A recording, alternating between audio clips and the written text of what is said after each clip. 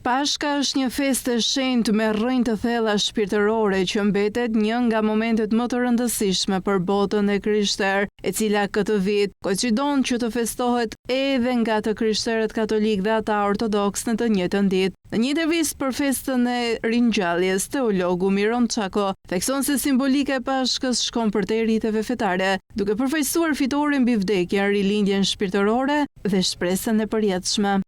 Kështu që njeriu i parë Adami dhe gruaja e tij Eva bën mëkatin e tyre, pra u rebeluan kundër Zotit dhe ata hëngrën atë pemën që quhet pema e të mirës dhe të keqes dhe kështu sollën vdekjen tek raca njerëzore. Kjo shoqëron gjithë njerëzimin. Atëherë përsëri Perëndia që krijoi njeriu ndërhyri në historinë dhe kohën njerëzore dhe solli birin e tij ose fjalën e tij e bëri bir njeriu dhe siç thash, Krishti mori mëkatet e njerëzve dhe i pagoi me gjak, sepse paga e mëkatit është shumë e shtrenjtë që njeriu nuk mund ta shlyejë, ajo shlyhet me gjak, jo me gjak kafshës, që bëjnë sot njerëzit akoma therrore kafshë ose kurban, po me gjak njeriu. Gjak njeriu të pastër nuk ekziston. Atëherë, biri i Zotit u bë bir njeriu duke qenë i pamëkatshëm, sepse ai nuk trashëgoi farën e Adamit, por lindi nga lindje virgjërore dhe kështu quhet qingji i Perëndisë që shlyen mëkatet e botës. Dhe ai vdiq vullnetarisht në kryq, u varros si njeri, por në tretën ditë u ngjall si Perëndi njeri.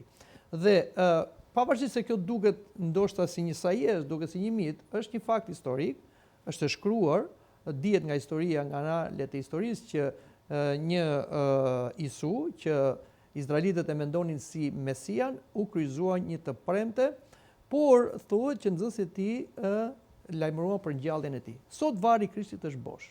Është në Jeruzalem, aty kemi varrin e Krishtit, pranohet se ka qenë varri i Krishtit dhe varri i bosh tregon që personi që ka qenë varrosur aty ose trupi i tij ose është vjedhur ose është ngjallur. Por që të vidhej trupi i tij ishte i pamundur sepse trupi i tij u varros në atë var, është një lloj shpelle dhe u vulos nga autoritetet romake. Dhe askush nuk mund të prekte atë objekt atje se ishte në autoritetin e perandorisë romake.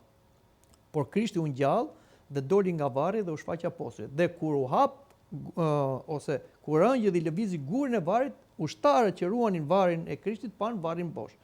Prandaj kjo ngjarje është e vërtetë dhe Krishti bëri atë që nuk e bëri asnjëri, një mundi vdekjen.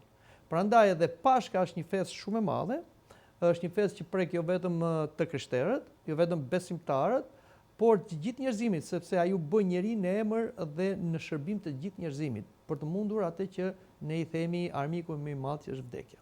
Në intervistën për Fox News, Çako shpjegon se ndonë ortodoksët dhe katolikët e festojnë në data të ndryshme për shkak të kalendarëve të ndryshëm julian dhe gregorian, që këtë vit rastisi që të festohet nga të dyja palët në të njëjtën ditë, thelbi mbetet i njëjtë. Ringjallja e Krishtit është themeli i besimit të krishterë.